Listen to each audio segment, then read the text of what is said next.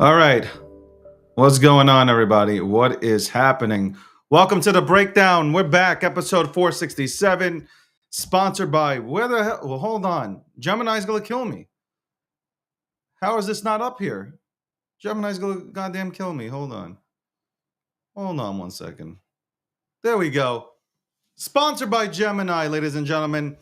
Sign up to Gemini, get $100 in Bitcoin after trading $1,000 in cryptocurrency. There we go. And powered by G Media. And as always on Thursdays, we are joined by a legendary figure. I've watched him climb out of a helicopter. I watched him do some mountain climbing, some epic shit that I don't see other founders doing. Ladies and gentlemen, let me introduce the man, the myth, the legend, Charles. Hey, what's going on, buddy? It's good to be here, David. How you been? I'm good. How's everything on your side? You've been doing epic shit. I mean, it's got to go around, got to get it done. I'm here in Vegas right now. I just spoke at AI4 and going to be speaking at Rare Evo, interviewing Robert Kennedy. So that'll be fun and a lot of cool stuff. I think we're going to an after party tonight where Elijah Wood's DJing. So I get to hang out with Frodo. You know, that's pretty cool. So it's been a wild ride the last few weeks. Let me tell you. It has. How was traveling?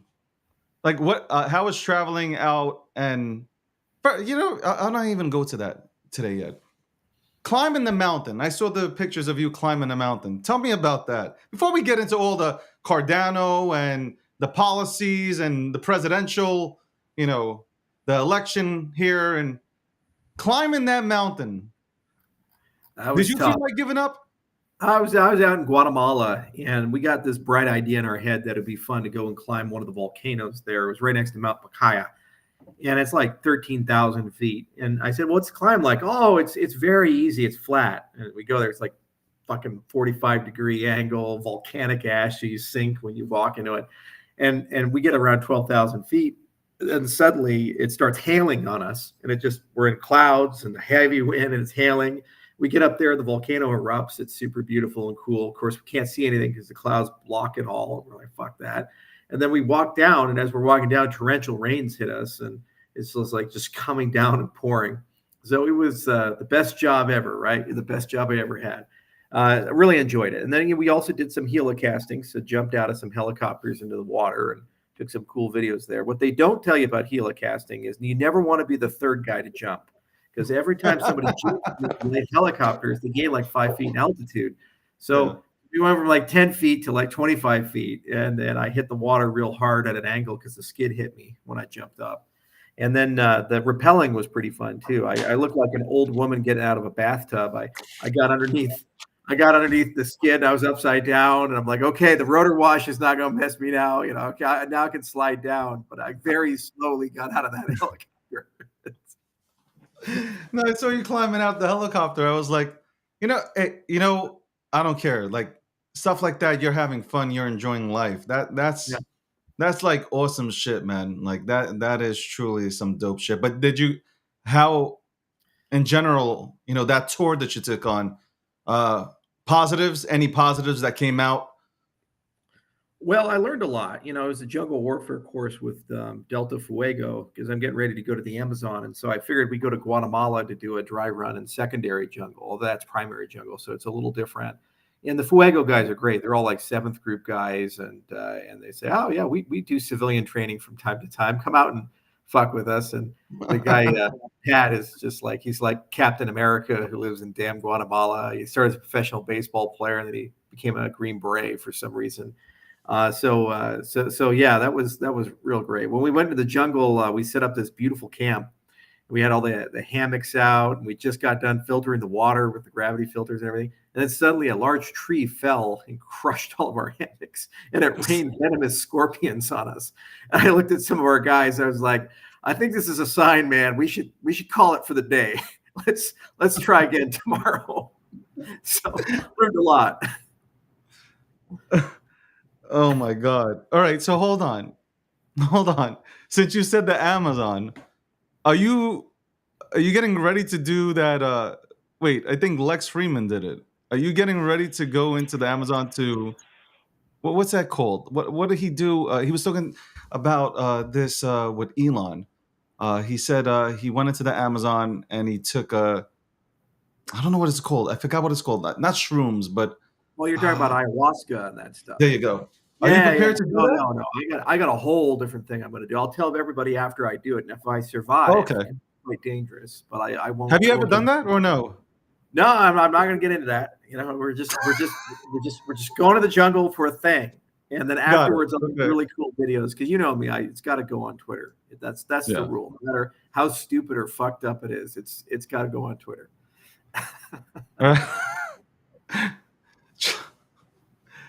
All right. I got to ask you this question since, we both love politics. We both love talking about it. Mm-hmm. So the last time we talked, obviously an assassination attempt on Donald Trump happened. We spoke about all this stuff. Do you believe the polls now? Like we haven't talked for like 2-3 weeks. Do you believe the polls now where Harris is actually winning? Do you believe that the polls are right? Hold on one second. Guys, bear with us. We got Charles right back on here. Yeah, I switched off the VPN because I think it was causing a little delay. Okay. Is that a little bit better? That's better. So I was going to Okay. ask. So obviously we spoke about, obviously the election. Trump got assassinated. No, excuse me, attempted assassination on Donald Trump happened. The numbers soared for him after that. There was this kind of Yeah, you were asking about the electricity that polls. came out of it. Yeah, do I believe the polls that are currently So out? like the polls now are showing that Harris is winning by like 5-6 points. I mean, I remember when Hillary was winning by, she was winning by, I remember it was like 73% or 72 or 73% to 21%. And we know how that, what happened, during that election. Do you believe in these polls that are coming out? Well, there's a few things to dissect here. So I know a lot of guys in the polling business, like Frank Luntz and these other guys. You run into them from time to time, and I did a lot of work in mathematics, and so that's I know the statistician side and the data science side of it. So generally speaking, right now the polls are not saying Kamala Harris versus Trump. What they're really saying is Trump versus not Trump. So Kamala is kind of a generic Democrat candidate, and she doesn't appear to have brain damage, although she hasn't campaigned yet, so we don't know. But when we were doing Biden versus Trump, people are like, "Well, we just hate Trump, but we can't vote for the dementia patient. We just are very concerned about this." So he looked really, really good. And now Trump is facing a generic candidate. The next 2 months, that generic candidate becomes a real person. So she's going to go to the Democratic National Convention. She's got to go campaign. She's got to have policies. She's got to differentiate herself from Biden. She's going to go through the debates and all these other things. So the polls aren't really real from a perspective, unless you give them another 30 to 60 days. Now, the other thing is that the structure of the polling, when you look at it under the hood, they're oversampling Democrats by about 10%. They're oversampling urban areas, which traditionally are more liberal than they are Republican. And also there's what we call the shy Trump voter, where people are voting for him, but they don't want to admit it because there's such social stigma. They're like, how can you support the orange Nazi? It's like you don't want to admit you're a Trump supporter. So we saw this actually in Nixon, 1968, the shy Nixon voter. And so I don't believe that the polls are a representative sample of what's going to happen in November, but they are an indication that people really, really dislike Trump. And so people are basically saying, as long as it's not a corpse like Biden, I will probably not vote for him. The guy who got hurt the most is actually Robert Kennedy, because nobody liked Trump or Biden. And so there was a whole group of people who were very disenfranchised, and they just would not vote for Trump, but they would not vote for Biden. And so they were voting for Kennedy. That's why he was polling over 20% in some cases in the polls. And that might actually reduce his efficacy inside the election. So, we'll see what happens in November, but it's way too early. There's going to be the October surprise. Looks like there was a hack on the Trump campaign, and they got an enormous amount of information. So they gave it to the media, and the media is like, we won't publish it. Oh, bullshit. They're going to publish it most damaging possible time in October because they hate Trump. So expect around October 15th or beyond the October surprise and all kinds of weird shit about JD Vance and couches and other things like that. It'll hit. It always does every election cycle, from the Bush DUI in 2000 to the grab by the pussy tape with Trump in 2016. Yeah. The media does this, and of course Kamala's getting the halo effect. You see the Trump on Time magazine, it says meltdown. You see Kamala, it says her moment, and she looks angelic and amazing and so forth. The American people are smarter than that, and the media is just trying to treat us like we're stupid. So we'll see in October, November where the polls sit. Before we continue on this subject, by the way, everybody, welcome to the Breakdown, episode 467, sponsored by Gemini, powered by G Media. As always, every other week, we're joined by Charles here to break down the industry and other news within the world today. I wanted to get your take on this, being that you are a huge RFK Jr. fan. And recently, reports are coming out that he reached out to Kamala Harris to be a part of her administration, and he was willing to pledge his votes there, and she rejected him. And he's done essentially the same with Trump. Do you see him, the numbers right now have come out that he's gone from a 9% to a 5% within the polls. Do you see him saying, you know what? I know I have no chance to win. Let me get myself into one of these administrations and I guess showcase myself to the entire world, or maybe help with the policies with either party? Well, first off, it was fake news, him Okay. reaching out to Harris. I talked to the campaign about it, and he also tweeted today a correction. And this is just the level of veracity of the media. RFK has made it very clear that he's willing to work with people, and he reached out to both Trump and Harris and prior Biden's campaign. It did talk about unity, and if a mid-level person in the campaign does that, then of course the other campaigns are spinning it like, oh, he's prepared to endorse drop out of the race and he wants some sort of cabinet position. He was offered the VP position with Trump, and so if he was willing to join, why wouldn't it would be Trump Kennedy? Oh my God! If that would have happened, I know, and he turned it down. Oh my God! And so they're kind of making out like he's this mercenary coming back for it. But Trump has the media has a very low opinion of Kennedy because he's a threat to the Harris presidency, and prior to that, the Biden presidency. And what they do is anybody, regardless of who they are, if they stand in the way of the anointed one, whoever the media is anointed, they must be destroyed as people. So they're evil, they're stupid, they're compromised, whatever the attack vector, they're weird, just subscribe your thing. I mean, he was an environmentalist hero in the 80s. He's a man of incredible integrity. He's done a lot of great stuff throughout his life. None of that matters. He's just a kooky, weird conspiracy theorist. So they're on the politics of personal destruction. Why? Because he stands in the line of potentially costing Harris the election or Trump the election. So Republicans don't attack him, but the Democrats do. And, the party of democracy, they sue him in every state he's in to try to prevent him from getting on the ballot. This is the party that doesn't want you to be on the ballot if you oppose them. They don't believe in democracy. They really don't. They believe in basically just formalities. But they've already decided who should be the president of the United States. So I like Kennedy, and I'm riding with him. Kennedy's the remedy, and that's who I'm voting for in November. And I'm interviewing him on Saturday. And I think he's run a great campaign, all things considered. It's been incredibly hard for him.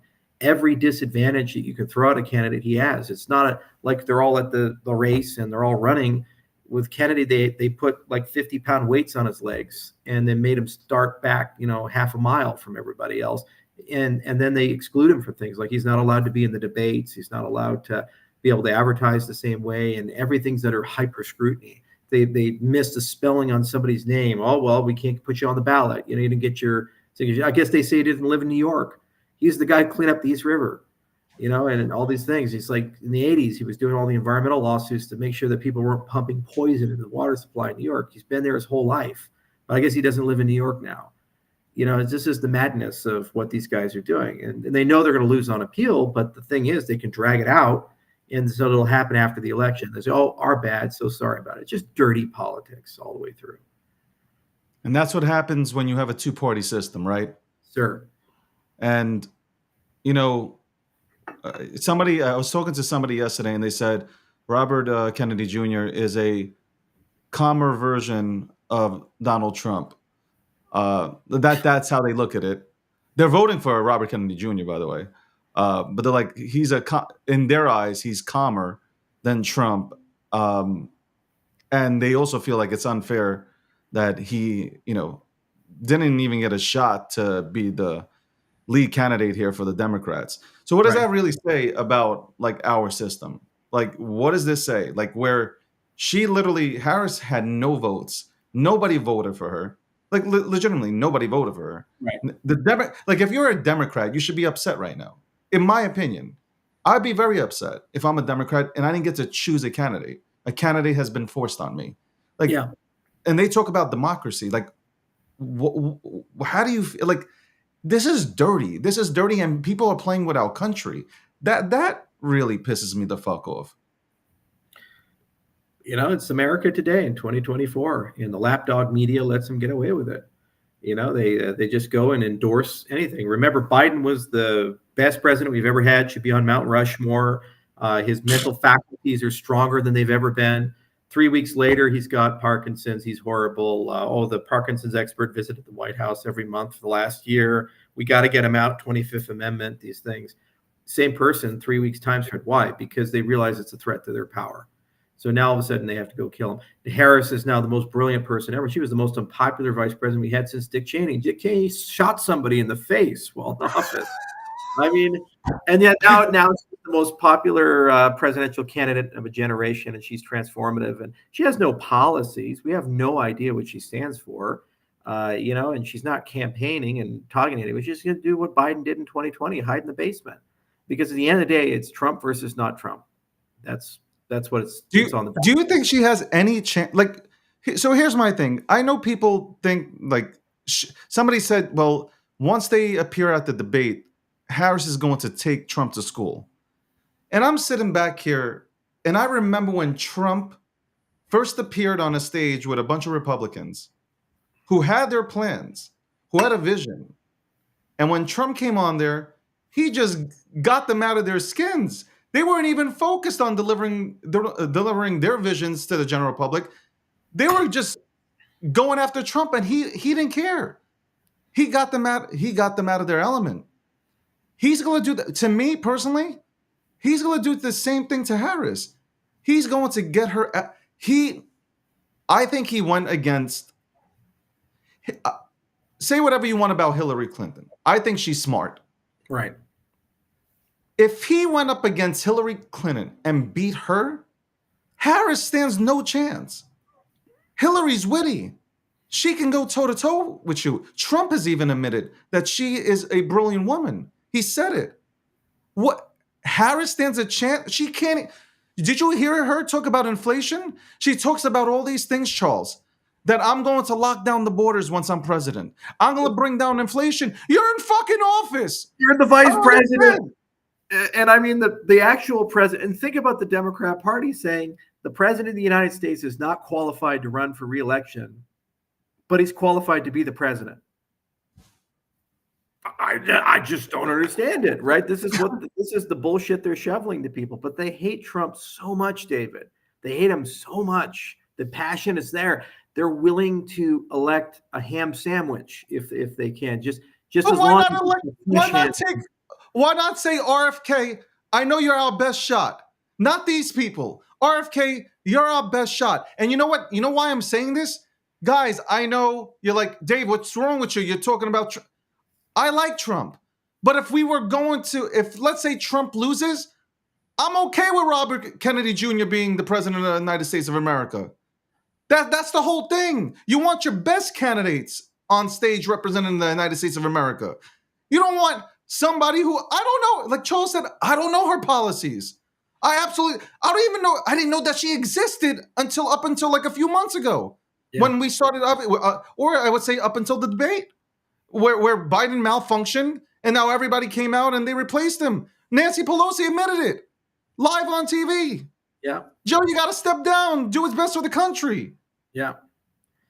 I mean, if they ran Kennedy versus Trump, it's like 58-42. Kennedy would. You think he wins 58-42? That's what the polls said when they ran Okay. him. There was a Zogby and a few others, and he would just dominate and crush Trump because, he's not Trump. So he gets automatically 45-50% of the vote for that. And also he's refreshing and new, and the name brand of Kennedy is very strong. People have very strong view of JFK. And he doesn't have to work too hard to beat Trump. Trump's a terrible candidate to run, all things considered, because he's so polarizing. And the people who love Trump, they really, really love Trump. It's a death cult. They just love this guy to the end. The thing is, that's not universal, though. And they tend to think that everybody loves him. It's like, it's about 35-40%. And then you have maybe 20-30% on top of that 25% that will hold their nose and vote because they like the policies, but they personally don't like the style. But they'll still vote because they're conservative. But then to get beyond 45%, it's really hard. And so you benefit a lot from third-party candidate. You benefit a lot from a flawed candidate that you're running against. And Hillary was a deeply flawed candidate. She has no charisma. You're right about her being very smart. There's no debate about that. But she's got anti-charisma. If you put Hillary in a room, she'll absorb charisma from other people, because there's nothing there. Bill was the opposite. Bill was like turbo charisma, man. Bill was awesome. You catch him naked, and he's like, "I am not here," and I'm like, "Yeah, why not?" The guy was just the most charismatic person, amazing in that respect. But this is just how politics are in the United States in 2024, where we don't care about the people anymore. It's team blue, team red. There's no greater example than Fetterman over in Pennsylvania, where he literally has brain damage. His opening line is "Good night, everybody." I mean, he's just not all there, right? And he still wins because Team Blue was more popular, and they didn't care about the name, the policies, anything. It's just I'm a Team Blue guy versus a Team Red guy. It's team sport now, So that's where we're at. And what I like about Kennedy is that he just brought issues to the forefront. And many of the people who are criticizing, I say, well, do you actually even know a single issue he supports? And they can't name it. So I say, you don't care about the issues. You care about the personalities in your team sport. Is 35 trillion national debt a problem for America? Yes or no? Is the fact that 60% of Americans have a chronic ailment or mental illness a problem for America? It costs $4 trillion a year to treat it. Yes or no? Is the fact that we're in endless proxy wars and millions of people have died in the last 20 years because of it, and our veterans have just been jacked up, and we just turned Afghanistan over to the Taliban after 20 years of fighting them, so we lost that war worst possible way. Is that a problem for us? Yes or no? Basic shit, right? It's not like you have to be a rocket scientist to understand this stuff. And they all agree, yeah, those are problems. Okay, well, both candidates are not talking about that and have contributed to that. Because 100% of all the problems in America were either created by a Republican or a Democrat. We know that because they're the only ones who've been in charge. They create all these problems.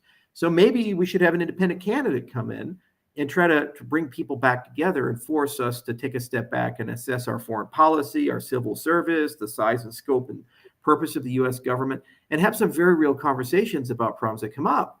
Like, here's the thing, is in the next 8 years, whoever is the president is going to have to deal with the rise of quantum computers, the rise of AI, the rise of blockchain, the rise of synthetic biology, the rise of nanomaterials.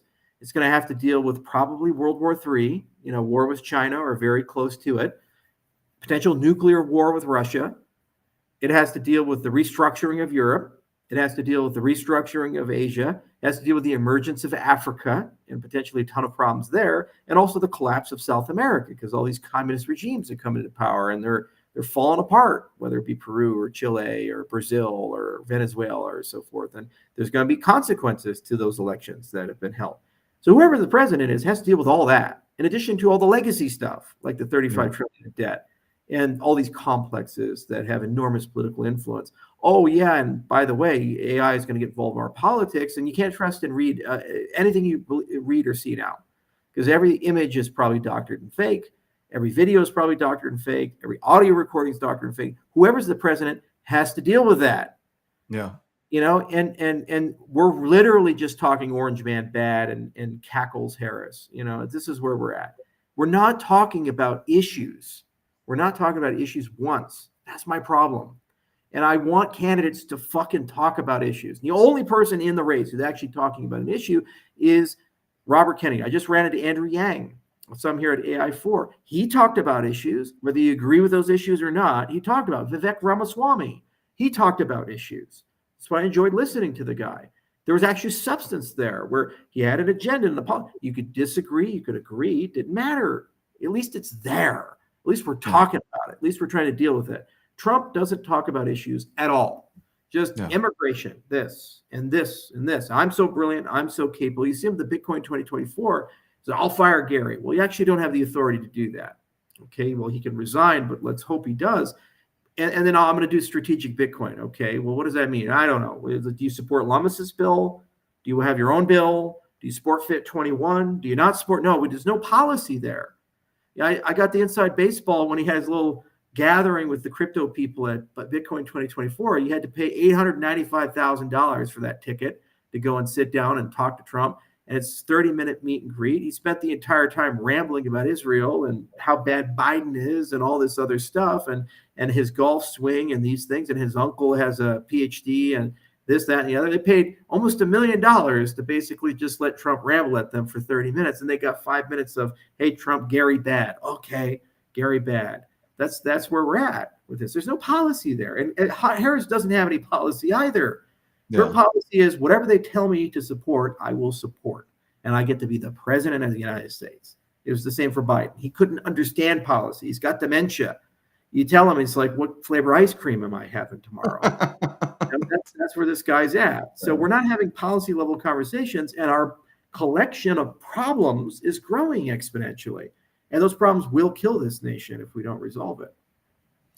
What do you think about, so apparently from all reports, Kamala Harris, a week before announcing that Governor Tim Walz would be the VP pick for her, it's been stated that she wanted to go with Josh Shapiro from Pennsylvania.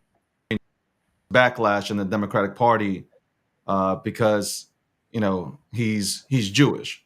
What do you think that? Do you think these are fabricated stories pressed to the media, or do you think that really did happen within the Democratic Party? I don't know, Dave, what to believe anymore. I really don't. It's like Jewish being a problem in the Democrat Party. Like 80% of Jews are Democrats. If Jews, only Jews voted, like 100% of the states would be blue. All electoral votes would go there. We all know that. That's a well-known thing. It's a demographic that historically has voted to the left. So I understand there's this Palestine thing that's rising up, and I guess Waltz is close to the other side because there's such a strong group of people with those viewpoints in Minnesota. But I think Shapiro didn't want the job because there's a high probability that Harris is going to lose. He's a rising star, and you don't want to anchor yourself to a long shot or a low probability win. You would much rather just wait until 2028, come in on your own merit, because you'll get a stigma of being on the losing ticket, and then you're out. Like Lieberman was out, and all these other guys are out. So my view is that it was probably more, that they wanted to wait 4 years, let everything balance. The other thing is Harris is a terrible person to work for. 94% turnover on her staff. That's 94%. crazy. So you hire 100 people, 6 are left after the end of the year. It just yells at people, throws stuff at people, is very abusive, from all the accounts that have come through from her time in California, all the way back to the AG days, to as a senator, to as vice president. So I can't imagine anybody wants to step into that relationship. It's just not comfortable relationship to be in. And if you're a VP, you have to be deeply philosophically aligned with the person, or you have to at least tolerate the person to an extent where you think it's a job that you can get along and grow with that person. And Harris is so new. She has no policies. We don't know who she is. It's a big issue. So I wouldn't take it, if I was in Shapiro's place or any of these other guys. And Waltz, he's got nothing to lose. He's going to stay governor of Minnesota. Minnesota's off the beaten path. When Reagan won his landslide in 1984, the only state that didn't vote for him was Minnesota. So, Reagan even won California and Massachusetts. Gives you a sense of like how liberal Minnesota can be. So Waltz has nothing to lose being on that ticket. And he gets some national notoriety out of it. And, worst case scenario in 2028, he gets a cabinet position or something like that. So it's good for him. Shapiro wants to be president and thinks he has a path to it. And he's in a very important and relevant state, Pennsylvania. You said something, and I'm thinking here, and you're right. All we want as Americans, if you're a real American, right, and you really care about this country, all you want is somebody who can represent both sides and bring unity to the United States of America, to do great public relations, you know, sit down at the table with countries and broker some friendship. Like that's what I'm kind of looking for. Save us here. Instead of having these jabs go back and forth, because you're right. Both sides are jabbing at each other. There are issues. People are drowning. People are looking for jobs. People are going homeless because they can't get a job. Inflation's like completely bottlenecking people. Like there are people that are working 3 jobs now. That shouldn't be the case in the United States of America. You should be able to work 1 job and be able to support a family. That to me, these issues aren't being touched on. Illegal immigrants, I have a huge stance on that, Charles. You should, like, my parents waited to get into this country. My family waited to get into this country legally, and when when it was their turn, they got in. Right. Plain and simple. We have Well, 15. I believe we do have 15 million illegal immigrants in the United States of America, and we're footing the bill for it. oh my And then word. we have I'm Walt feeling saying, this. "Hey, I want I'm to go ahead and give everybody a driver's license." When do we start caring about our people, our veterans, people who protect our country, and come back here and all they get is a VA card, Charles? That's where, like, it fucking makes my blood boil that we don't take care of our own people. We send money to Ukraine, billions of dollars sent over to Ukraine to fight a war that we don't want to participate in. This proxy shit, like, we don't want. Take care of us. Take Right. care of us. If we're printing out so much money, you imagine print out some money and give out a good chunk to some of these people in the United States of America. Allow us to live. I'm not talking about a handout, but let people get off. Get back on their feet. It's just not fair. Where are the workshops? Yeah. Where are the workshops to help people out, educate people so they can get into the workforce? Like, I'm disappointed. I'm really disappointed. Yeah, well, Dave, I got personal experience in that. First, yeah, my grandparents came, great grandparents came from Italy on one side, Norway on the other side. So, most of us are children of immigrants, and you're absolutely right. They worked really hard. The Norwegian side, they went to Montana, and don't go to Montana in the wintertime, man, in the middle of nowhere. On the Italian side, they went to New York and worked on the railroads and all things. It was a brutal job for a Sicilian kid to go get his ass kicked. That was one of the highest fatality rates you could have, Yeah. being a brake boy and working on the trains. But I run in this all the time in the immigration system because I have a clinic in Gillette, Wyoming, and I have these Yeah. doctors, educated American medical schools, went to American residencies and fellowships, and then we Yeah. try to get J1, and they come in, the government's like, we just can't give them a visa. I said, let me get this fucking straight. You trained a nephrologist from medical school all the way through residency. You took that slot away from an American citizen and allowed a foreigner to come in. And then after they finish the entire pipeline, you won't give a work visa to this person. So you're going to send that person after 7 to 10 years of advanced training back home to their country of origin. But then you're totally cool with 23 million illegal immigrants coming into the country. It's just so bewilderingly stupid, the immigration policy, and it just blows my mind. And the thing is, it's not one thing. It's not a monolith. It's a multi-factor problem. And you can separate the dreamers from the work visas, from the seasonal agricultural workers, the high-skilled labor, to the MS-13 gang, to the terrorists. You can separate these into different groups. No one wants to solve that problem, because there's political value on both sides to it.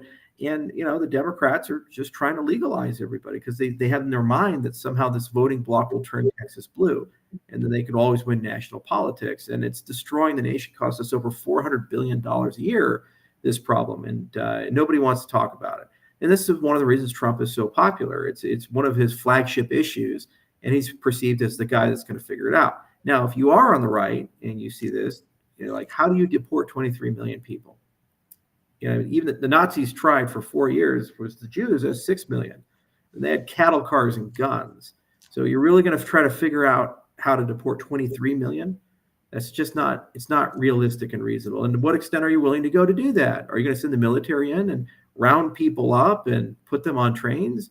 And then where do they go? And what if their kids are U.S. citizens, but the people are not U.S. citizens, who are the parents? So you're going to take a 5-year-old and put them into Child Protective Services and have them be a ward of the state for 13 years because you've deported the parents who were supporting that child? Or do you just strip the citizenship from the child? So then we have to go back to the Supreme Court and overrule Tao versus Nichols. I mean, this is the nuance that you really have to get into if you're really going to make real progress here. And it feels good to say, oh, well, we're gonna close the border and deport everybody, but actually in practice, they're not going to be able to do that. So the problem is that, both sides are being utterly unreasonable about the approach. And really to do it, you have to break it into small pieces and solve each piece. Bush tried to do this in 2005, a guest worker program for the agricultural industry. We do have to change the way birthright citizenship works. If people have no substance or they're really not under the jurisdiction of the U.S. in a meaningful sense, it makes no sense just because their kid happened to be born here to instantly give them citizenship. We're one of the few countries in the world that does that. Doesn't make any sense. So the doctrine of Tao-Nichols has to be revisited. And there's dozens of other things that you have to kind of chip away at. And I think eventually you get to a point where people are very comfortable and it works for everybody. And you can bring in your manufacturing jobs, your high skilled labor and these other things into the country. That's fine. But it's a bipartisan, tough negotiation, and it takes an all of government approach, and everybody has to get along with it. And you can't have these leaky points and other things to do that. So, it's a process, and I don't see Trump negotiating that because he can't negotiate anything anymore. What they've done is they've said you're Orange Hitler, and we can't talk to you. So if he gets elected, what's going to happen is we'll have 4 years of just everything shut down. And even basic things like children are dying in the street. We can't talk to you for 4 years because we can't normalize your evil Orange Hitler, rapist, blah, blah, blah behavior. They just hate him so much. If Harris is elected, Trump is going to say that the election was stolen, regardless of the outcome. So then they'll say she's not a legitimate president. It's another stolen election, and how dare you? And then Trump will just spend the next 4 years arguing how he's so brilliant and capable, and he would have beat the president, but it was stolen from him. So then she's not legitimate. So nobody wants to talk to her or work with her. And then if you try to work with her, you're Liz Cheney. So your entire Republican political career is destroyed. You see, so that doesn't look like good calculus on either side. That's why I support RFK. There's a complete fucking reset for both sides. And then it's a blank slate. Everybody can come together. They can have a conversation with each other. And we can start getting back to policy-based decision-making and a rules-based international order and a litany of other things that are required for a functioning nation state. And I just don't see any other way out of it. It's because both sides are so deeply flawed and compromised. The other problem with the Democrats is they will never admit when they've made mistakes or they've lied or they've done bad things. And they will never admit that people on the other side's feelings are justified. People on the other side's feelings, you agree or disagree about vaccines, are justified, legitimate. You took 5-year-olds and force vaccinated them. Okay. And if a person feels that that's not safe and effective, you have just injected in their mind poison into a 5-year-old. I don't care what your views are. You have to have empathy for that person's views. And it's not okay to just say, well, fuck you. You're wrong. I'm right. You're a bad person. That's their child. They're the parent. Well, how would you feel if I took your child and I did something to your child? Would you feel great about it and be like, well, my opinion doesn't matter. That other person that's never met me's opinion matters, and they get to decide what to inject into my child. And that's one of thousands of grievances that we have. The left, for some reason, is just like the only grievances that matter are ours. And everybody else's viewpoint in the world doesn't matter at all. And I'm allowed to do whatever I want to do. I can harm their children. I can restrict their travel. I can fire them from their jobs. I can deplatform them. I can shit all over their businesses. I can silence their speech. It's hate speech, according to me, so they can't express themselves, but I can express myself. You're not going to run a country this way. You can't, because you've just thrown away half of your countrymen. And now these people are your enemy, and they're the other. And we can criminalize them and hurt them. There's no unity there. They have to grow the fuck up, and they have to grow a backbone and say, we can't do this anymore. Let's reset. Let's have proper investigations. Let's have proper policy. Let's stop leaving people behind. Let's bring people back together. And until we get there, and until we get there, the nation's going to continue getting more fragmented and people are going to continue getting more angry. I mean, well said, Charles. By the way, what we're down here, episode the breakdown, episode 467, sponsored by Gemini. Good people at Gemini. Love the Gemini guys. Powered by G Media. I'm here with Charles. Every 2 weeks, me and Charles sit down and we talk about all sorts of stuff. Obviously, it's political season, and I love to go ahead and pick Charles's brain here. I also want to ask Charles, why the fuck don't you run for office? What the fuck, man? I mean, What you is saw. stopping you? You honestly, you've been you would do so much good. Okay, look, you've gone to Capitol Hill, I'm sure multiple times. You've talked, you talked for the crypto space. It wasn't just for Cardano. You talked for the crypto space. Besides, obviously, the crypto space, I'm sure you would do well on policies. Why not fucking run, Charles? Like, what's stopping you? I got to get going here in a few minutes, but I'll answer this one and skedaddle. You saw what Laura did to me, and people in the media do. That it doesn't matter who you are, it doesn't matter what you've actually done, it doesn't matter what you say and believe. We currently have a media system and a perception system where people invent fake people and run against those fake people. I've met Ivanka Trump and Jared Kushner. They're nothing like what the media has said. I've met many people on the left. They're nothing like what the media said. But what the media does, they just invent fake people. So if I ran with this current structure, no matter who I am or how virtuous I am, they'll just take what Shen did to me in her little hack job book, dial it up to 1,000, destroy me. And then suddenly half of America or more hates me. They've never met me. They know nothing about me, but they hate me. That's just where we're at. So the first step is to change the game, because you're not going to win the game by playing the game, because it's a rigged game. You see it with Harris and all this other stuff. You mentioned you don't even vote for your people anymore. They just pick you. They put you in. So we need decentralized social media. We need a completely new way of doing journalism in the United States, and we need new ways of voting in the United States. And that's where I'm focused. I'm much more involved state level politics. I'm much more involved in the overall structure of things. And nothing would make me happier than getting to a point where we do a constitutional convention, because I happen to believe that it's a Band-Aid. If you elect the right president, you get 4 years and maybe it's okay, and it goes right back to it because the incentives are wrong. The system is fundamentally broken. The Constitution wasn't written for this type of government that we currently have. So you have a constitutional convention and you pass a law that says that they can't change the Bill of Rights, and just let them go and rewrite the articles and actually redesign the U.S. government for the current structure that's in, create checks and balances. Then politics works. So what I'm going to do is spend my time politically going state by state, almost like the island hopping campaign in the Pacific, and just get the states to start signing up. And as we get precariously close to 2/3 of them, they'll get a little worried, a little sweaty. But a convention of states, I think, is the only way to solve the problem. And then it's decentralized.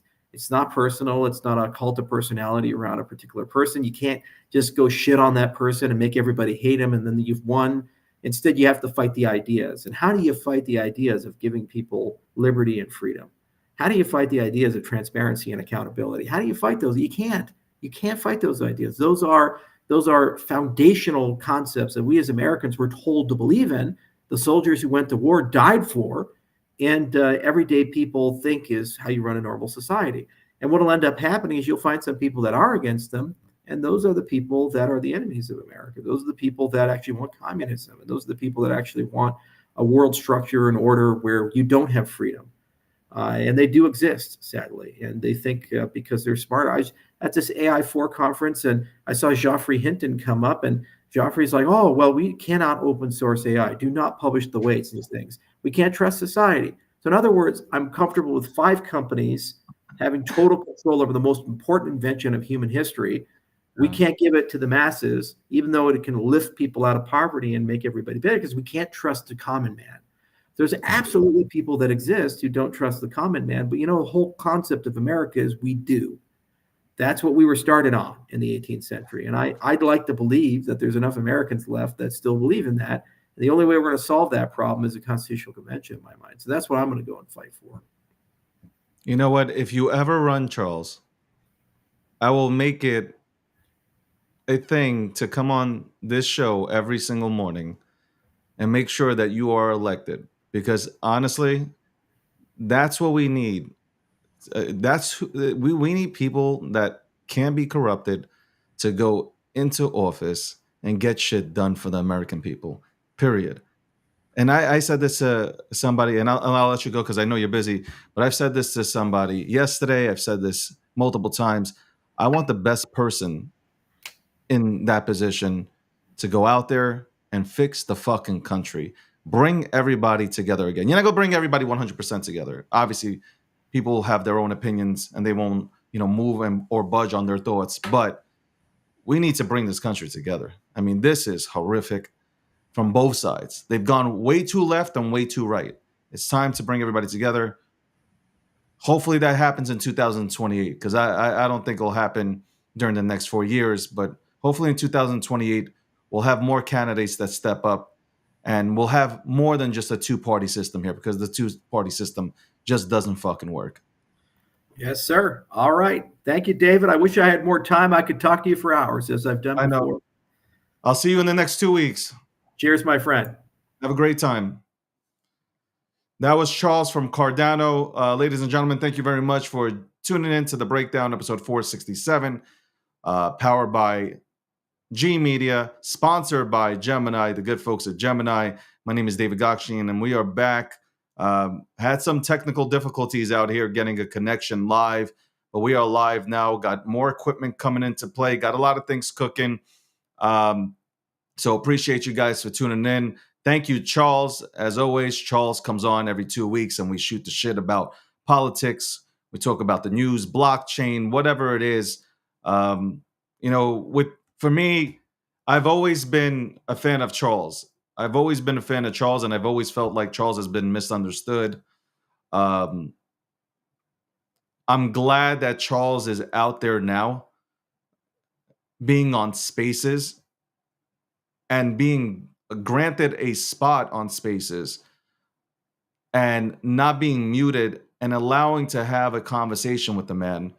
I think it's changed the perception of who he is. Honestly speaking, I think the perception has changed. I remember a few months ago when Charles joined my space. I had a space late at night. Charles joins in, and the space went on for 8 hours, way into the early morning, with people asking Charles all sorts of questions. You even had Bitcoin maxis who came up on stage to acknowledge that, Charles, I actually do agree with you, and you do make very, very good points. See, the whole thing is it's perception, right? People that don't like you will put out this perception of you, and people will tag onto it and automatically will classify you and label you as that without even knowing you. Yet here is a man who, if you dug into his history, he worked on Bitcoin. He helped create Ethereum, and he's built Cardano, and he's done a lot more shit in his life to actually help society. So it's kind of weird, right? People who are outspoken like Charles is, that have built things, incredible things that actually help society, are always bashed and ridiculed in the general public. So I love that Charles comes on here. Again, every other week we have Charles on and we speak about all types of issues. Obviously, right now, we're all talking about, who's going to be elected come November. Is it Harris? Is it Trump? Why wasn't, Robert Kennedy Jr. given a fair shot? A lot of these things are being talked about right now as we speak. By the way, for anybody tuning in from the Cardano side, no, Charles is not hacked. Me and Charles, again, sorry to be repetitive, but me and Charles talk every other week about issues, Cardano, blockchain, politics. So you're tuning in from his side right now as we go ahead and continue this show. Thank you very much for tuning in. If you do not follow yet, go ahead and follow me, follow G Media, follow our YouTube, and stay tuned to, or tune into me to essentially get my takes on all the news currently trending in the world today. So welcome to the Breakdown, episode 4 467. Yes, I do support Cardano. I love Cardano. I get trolled and destroyed by people because I mentioned Cardano, but at the end of the day, I understand what Cardano is. I mean, I've been in this space long enough to understand a good product, and I think it'll showcase itself in the next year or two. You'll see a lot more people giving Cardano a chance. You'll see a lot more platforms being built on a lot more companies building on Cardano. You'll see all this stuff. You'll see it happen. So there you go. The title of the show. So today is Thursday, August 15th. Is it 15th or 15th? I don't even know what day it is. So during the weekend, because the title today is, where's the title, man? Hold on. Where's the goddamn title?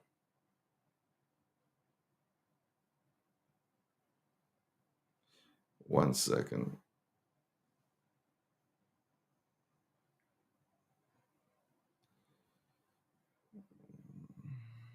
Let me see the title. Hold on. Okay, so the title today is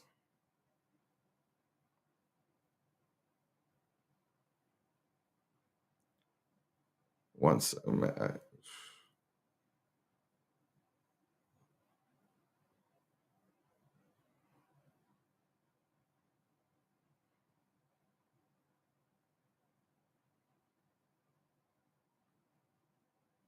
Hold on, where is it?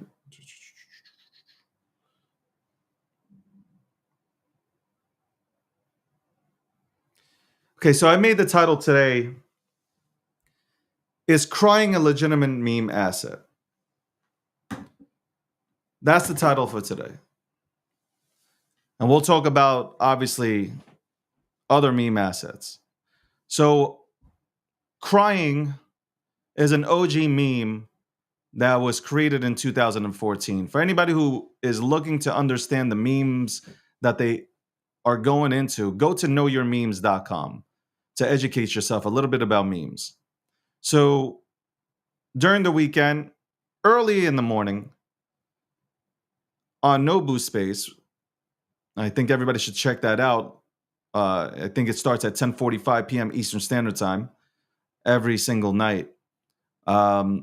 So somewhere around 3 or 4 o'clock in the morning, as I'm doing research, and for anybody who knows me, I love talking out loud. I'm on the space, and I'm like, I really think this is a good. I really do believe this is a good asset, and it happens to be on Solana. Right? Think about that. It happens to be on Solana. You guys already know at that time how I feel about Solana. So I start talking about it, and I'm like, this is why this shit doesn't like I'm talking about it. I'm telling like the people that are in the space, hey, I really think this is a really cool asset. I felt the vibe from it because like it's a troll. To me, the whole thing is a troll. Like, why you crying, son? If anybody who grew up in New York, we used to use terminology like why you crying, son? And that hit me. Besides it being an OG meme that's been used on the internet, I really felt like it was a troll. Like you can troll with a smile on your face. And I tried to like break that down in the space, and I was met with people laughing at me. Mind you, this was at it was at an 8K market cap. So this thing was dead. It's at an 8K market cap. I'm like, this is such a great troll, though. Like, this is a great meme. It's a great troll. I thought the dev was still a part of it. I thought this dev was still a part of this whole thing. So for 2 to 3 hours, I'm getting bashed. I am getting destroyed. Destroyed. Because people are like, yo, Nobu, Everybody in this goddamn fucking space is like, yo, shut the fuck up. That's the message that I'm getting. And then I guess it's an hour 2, 3, where the market cap is just not moving. It's going from 8K to 10K. Nobody even gives a fuck. Board starts memeing. He creates a meme because Nobu is like trying to talk about his sponsor and nobody gives a fuck about his sponsor, right? So it's like nobody's and everybody's coming in also to shield their stuff and things. So it was a fucking hilarious moment because he's at the point of it's like 3:00 in the morning. He's dead tired, and like people are fucking coming in there and they're talking about their shit. I'm fucking yelling at my screen like, how the fuck do you jeet for like $7.33? I'm like, what the fuck is this? This is why I hate Solana. I'm like screaming at the screen. I'm like, why? How do you even participate on Solana if all these people are looking for is a fucking Metro card? So I guess Board started making memes because, and he was putting Nobu's, not his face, but his PFP on it. And it started to get funny. And like, so this thing that completely started off as a joke, it became something. It became like a serious, it started to become serious. It's like people started to say, oh, fuck it, I'll throw in like 0.5. And then you have people say, I'll throw in a Solana, whatever. I'll just throw in one soul into this bitch. And like slowly, this is happening. Nobu says, well, man, I think it's time to close this space. I'm like, no, don't close this space. I haven't had this feeling in a while. People are out here kumbaya shit kind of thing, man. I haven't felt this thing in a while. So slowly, people are starting to vibe with it. People are jumping in. People are vibing with it. Nobody even tells it. People are starting to make memes on their own. People are literally making memes on their own account. Nobody's telling anybody to do anything. People are they're gravitating to it. And I'm like, cool, because for this project to like thrive, the next week is going to be extremely crucial. This is day, I think, 5. I think this is day 5 of it being talked about. Day 5. And I said it in the next 7 days are the most crucial part for any project, whatever project it is. And you see it. And you see more people start going into it. More people on the timeline talking about crying. More people making memes and pushing it out there. The one thing I never bet against is a bunch of people coming together for a common cause.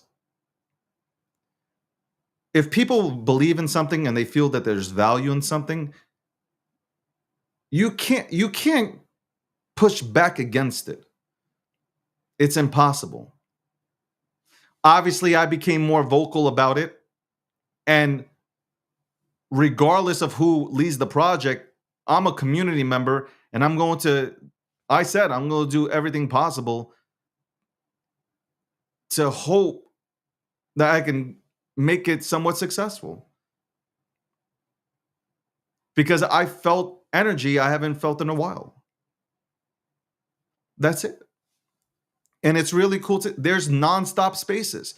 24/7, there's nonstop space. There's just people are asking for the ball to run with it.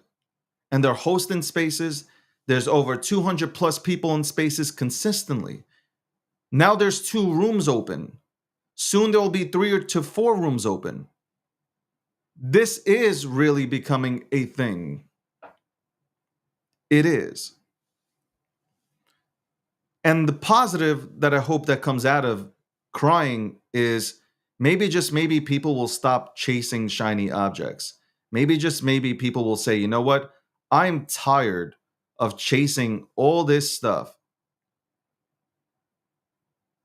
I'm tired of buying all this stuff and it not working out. It's time for me to go back into my conviction plays.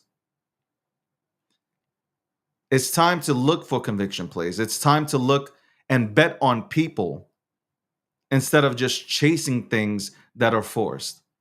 Because when I go into assets, for the most part, I bet on people. The reason why I went into Cardano is because I bet on Charles. Because of Charles's resume. Because I know Charles will give 3,000% to deliver. I bet on people when I go into assets. The meme can be great. The meme can be phenomenal. But at the end of the day, I want to bet on somebody.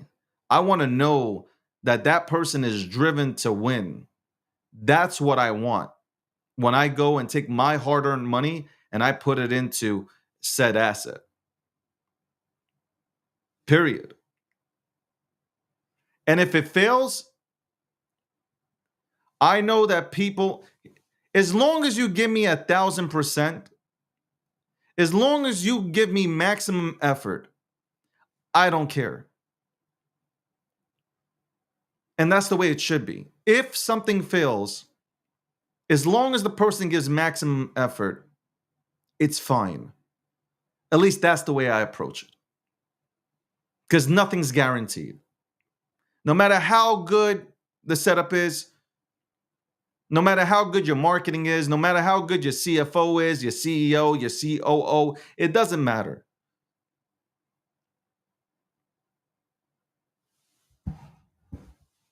Welcome to the Breakdown, episode 467, sponsored by Gemini.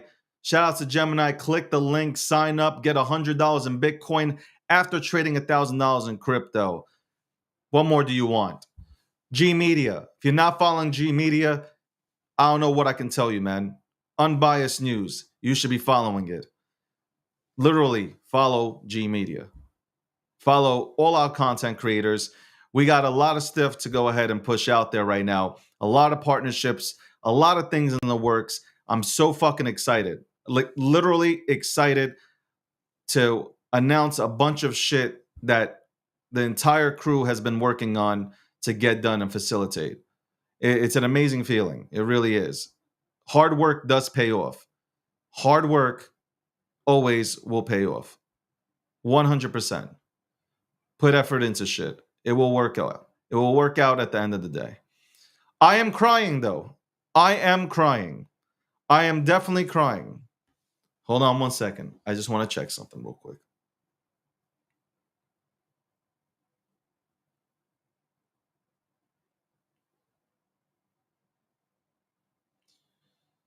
Give me 1 second. What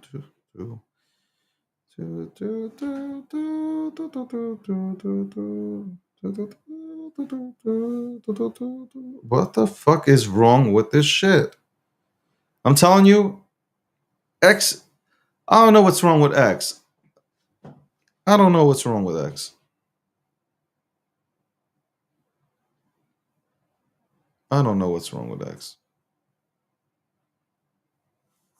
Give me a second. Let me see. Let me see something. Okay, that's fine. God bless America, land that I love. Stand beside her and guide her. From the mountains to the ferries to the shit. Fuck. Like with fall. All right.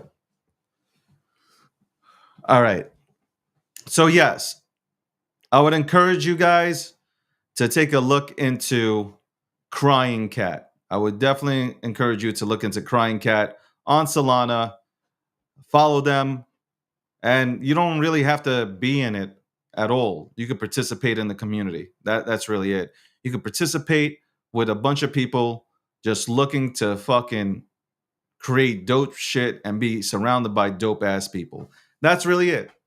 That is really the pitch. Surround yourself with some dope ass people. I've seen so many people come together in the last 4 to 5 days, and it's been amazing. It's been amazing to have conversations with people who I haven't even spoke to in God knows how long. The gates are broken. I didn't forget about Bobo. Relax. This is just I've done so much for Bobo. I didn't forget about Bobo. If anything, I always talk about Bobo. I love Bobo because I am the bear and the bear is me. We already know about Bobo and where we stand on Bobo. It's time for the community of Bobo to step up. And I know who's stepped up on Bobo. So shout out to those motherfuckers that stepped up on Bobo. It's funny. You know what? This is the argument that's had. Well, David, why don't you talk about anything else? I could talk about whatever I want. The same way you could talk about whatever you want. You should open up a room. If you feel like talking about something, you should open up a room or support rooms that are open. It's very simple. It is very simple. Open up a room and support the asset that you're in. It is okay to talk about your asset. Whoever made it taboo to go ahead and talk about it is a crackhead, okay? Go and talk about your shit. Talk about it. Let people know. Let people know what you're in.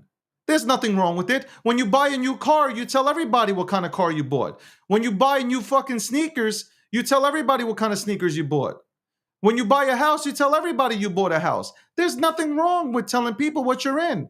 I tell people I'm in Bitcoin. I tell people I'm in Ethereum. I tell people I'm in Cardano. I tell people that I'm in Pepe and Bobo and a bunch of other shit. By the way, who's always talking about Bobo? It's me. Who's always talking about the Wojak verse? It's me. Because there needs not to be any fucking tribalism in this motherfucker. We came here to win together. We didn't come here to play against each other. We came here to win together. We came here to escape this fucking centralized fucking world that we were fucking put into and programmed to be just good enough. You just be just good enough. We came here for freedom.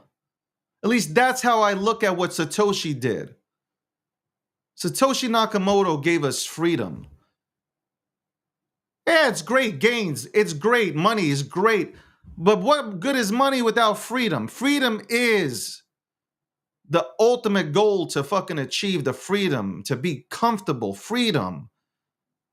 Look what happened. 2.9, what was it? 2.9 billion social security numbers were hacked. You know what fucking saves us? Crypto. Crypto combats all that bullshit.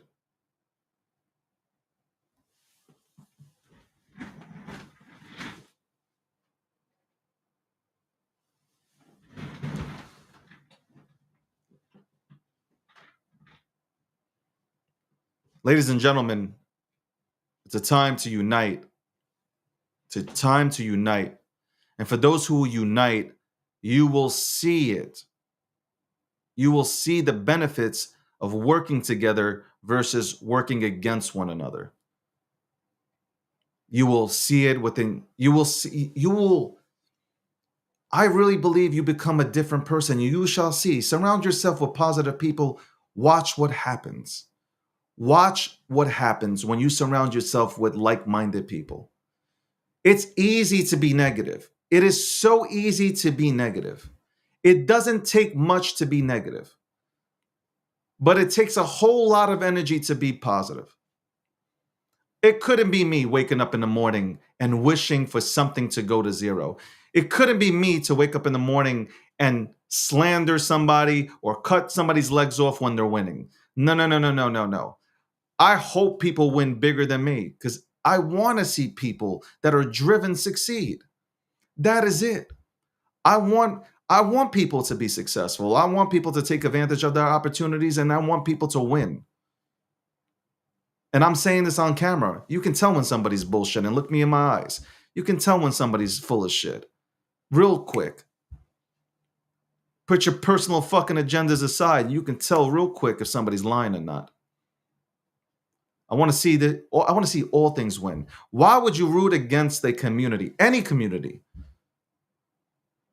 if they're gravitating towards something, if they really believe in something. You know what? This weekend, a lot of people send me DMs saying, David, I was on my last Solana, I was on my last Sol, and I went into crying. And you know what? It's changed my life. Those are the kind of DMs I give a fuck about. People saying that their lives have been changed because of crying cat. Literally, crying cat has changed their lives. How can you go and just like, how can you brush that away? I know people think that this will only last for a week. I don't. And I won't allow it because I will push forward. Because I feel like I'm a part of that fucking community and I am not trying to lose. Because this to me ain't about money. Look in my eyes. This ain't about money. I got money. This ain't about money. This is about fucking putting something on the resume and helping build something that's fucking cool. Because I've always liked being a part of a fucking community. That's dope. That has fun. Especially in crypto. Especially on social media and crypto, combine the two, the most toxic things in the world. So it's what I said yesterday as well. The market cap, the pricing, that doesn't mean shit. Doesn't mean anything. It's about building out. Build a foundation. Build a strong foundation. Build a fucking strong foundation and people will come. It's plain and simple. And that's how it works. You build a strong foundation and people will come.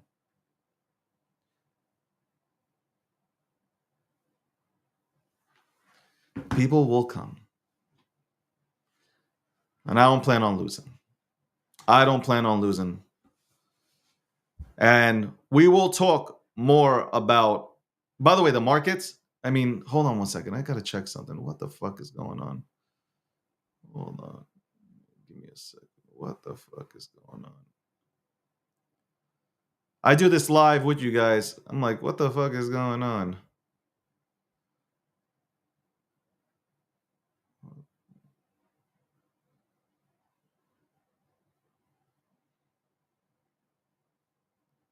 Okay, got it. All right. Man, I'm looking at numbers. You guys didn't forget about me. That's crazy. You guys didn't forget about me. And I appreciate that. Listen, I've taken a break. And it's not even a break. It's just making sure that I can get all this shit wired up correctly. Internet went out. Had to wait on that as well.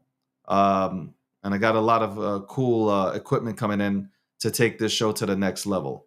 I do appreciate everybody who tunes in, by the way. Appreciate everybody who's tuned in, who's followed, who's supported, who actually appreciates my presence. I appreciate you being vocal and I guess supporting my efforts and supporting everybody else's efforts and not going mute. That's what I appreciate about the people that truly do want to see me win as much as I want to see them win. So thank you for that. There are a lot of assets in this space that are going to do tremendously well. I believe that. We have a lot of assets that are going to do a hell of a fucking job. At the end of the day, I bet on people, and I think you should do the same thing. Bet on people. I don't think you can ever I do not believe that you can ever go wrong betting on good people. Betting on hardworking people with a history that grind away, you can never go wrong. You can never go wrong. The one thing that crying did do for me, the crying cat did for me, is it exposed and allowed me to see a lot of stuff that I was blinded by. And now I know. Again, assets can expose a lot. So that's about it. You tuned in. Motherfuckers, you tuned in. Hold on. I'm trying to find something. I can't find it. Hold on. Where is the song? Hold on 1 second. Give me a second.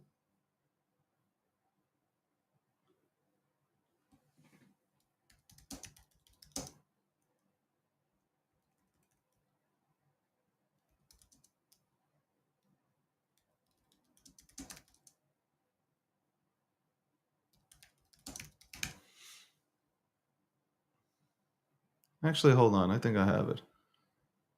Hold on. Do I have it? Damn it, I don't have it.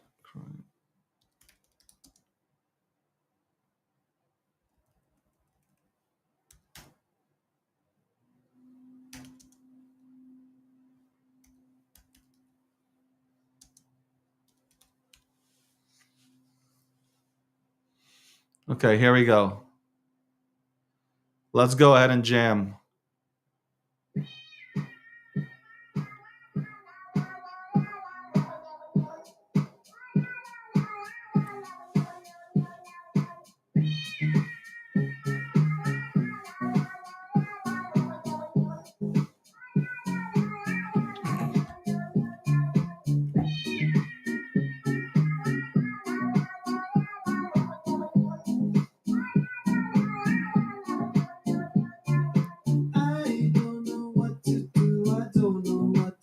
So I say, hey, please go away.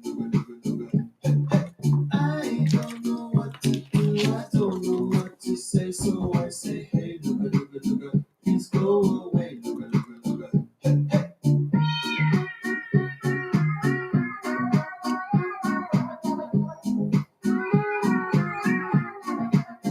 Please go away.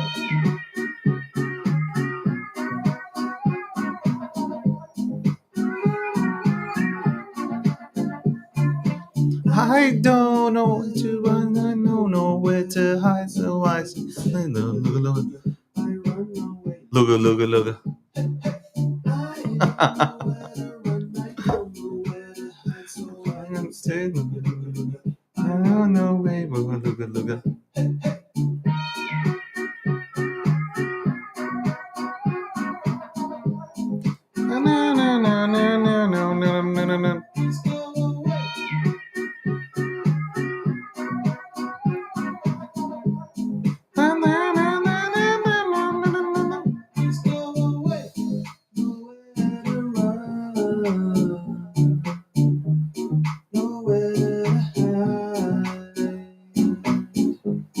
I don't know what to do, so I say, please just go away.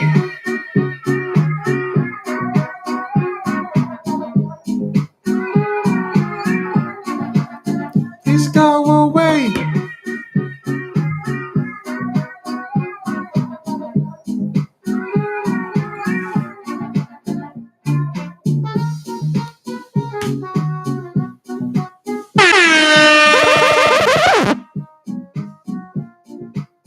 Please go away.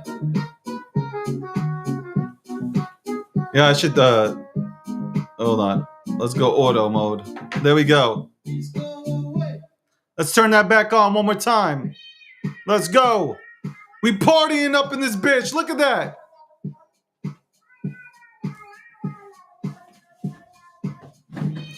Let's party up in this motherfucker.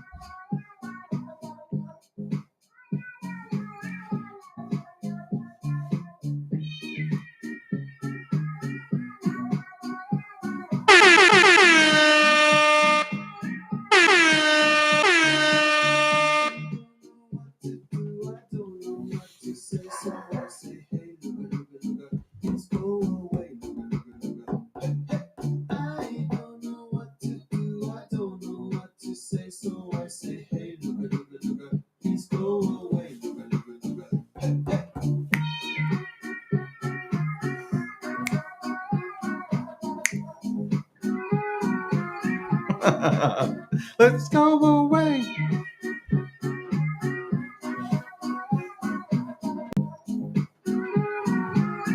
Let's go, ladies and gentlemen. This is how I'm ending the show. Look.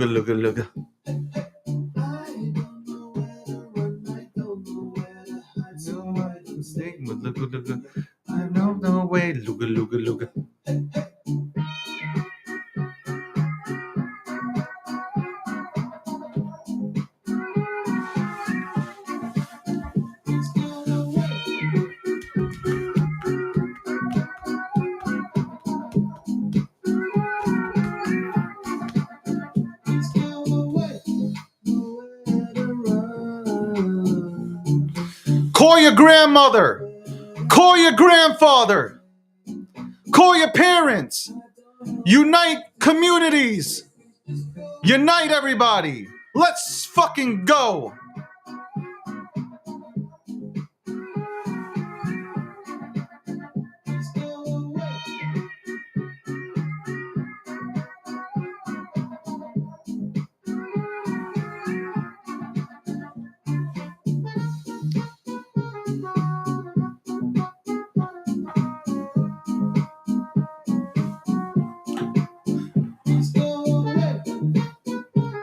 Yo, we dancing up in this bitch. Let's go.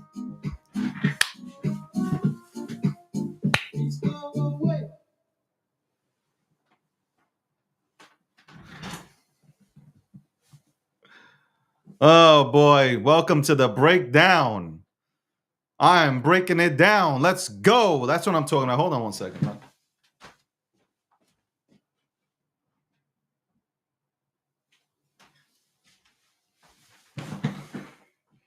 All right, ladies and gentlemen, it's Thursday. I appreciate you guys all tuning in. I got the bright lights in the back. You can see the lights are going off. We're partying today. We're partying today. We'll continue to party. I'm sure there's spaces going on.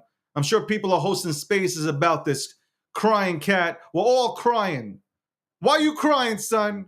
Why you crying, son? The ultimate troll for any market. The ultimate troll in any market. Let me go ahead and put this back. There you go. There you go. Should I go?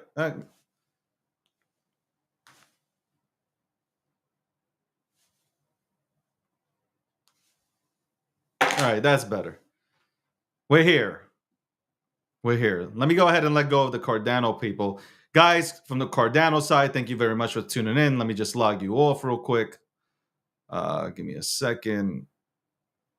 Oh, G Media is also... No, G Media is not streaming this. Hold on. I can't... Oh, guest account. There we go.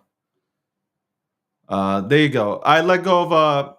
By the way, shout out to everybody who was tuning in from the Cardano account. And Charles, shout out to Charles. Charles came on the show.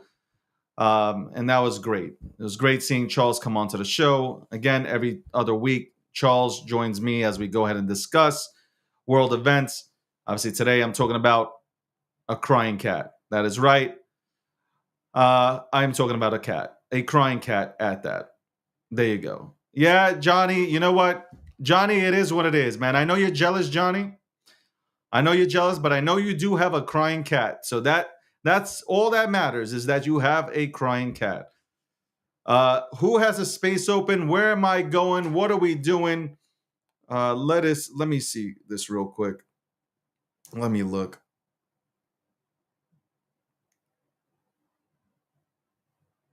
Let me look.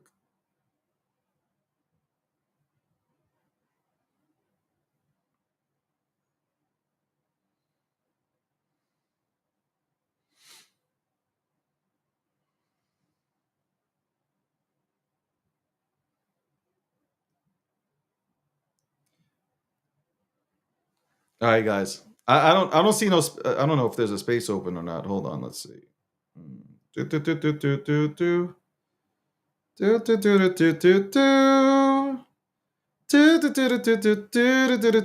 is a space open, so that is great. Hold on. Let me sneak in this. Hold on. I'm gonna sneak into this space. Hold on one second. Let's sneak. Let's sneak into this space. Thanks for joining. Are they talking shit about me? All right, guys. I don't see no. I don't know. If what do you mean you don't see no space? Then post it again. Post it again. Look, the space is here, man. They're holding spaces right now. Space. Of course, we got a space going on, David. Look, I'm complaining already. Sent it. Got about another 10 comments. I'm sure most of them were posted a space. Oh, blah, blah, blah. I'll pause the other thing. So I don't know. Hold on, let's see. There you go.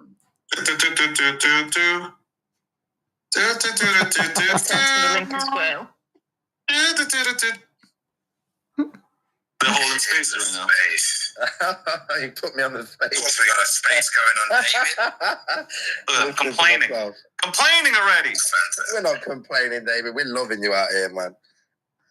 You're going to hear a double echo. Out of the 10 comments, I'm sure most of them are posted a space. Oh, blah, blah, blah. I'll pause it. I think sorry. No. Hold on, let's see. There you go. We're literally like going to put each other up here right now. What is happening up here? There's some crazy feedback. But, what's that, sorry? All right, they're live.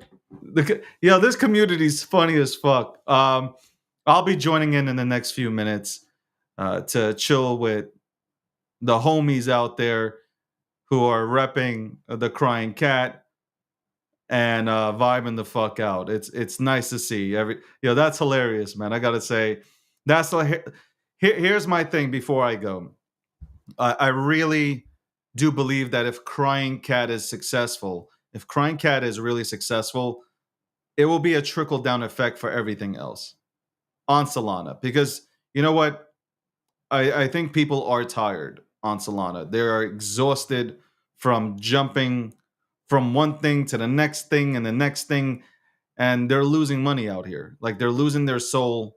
Literally, they're losing their soul. And if this works, which I hope everybody... I really hope that everybody prays that it works.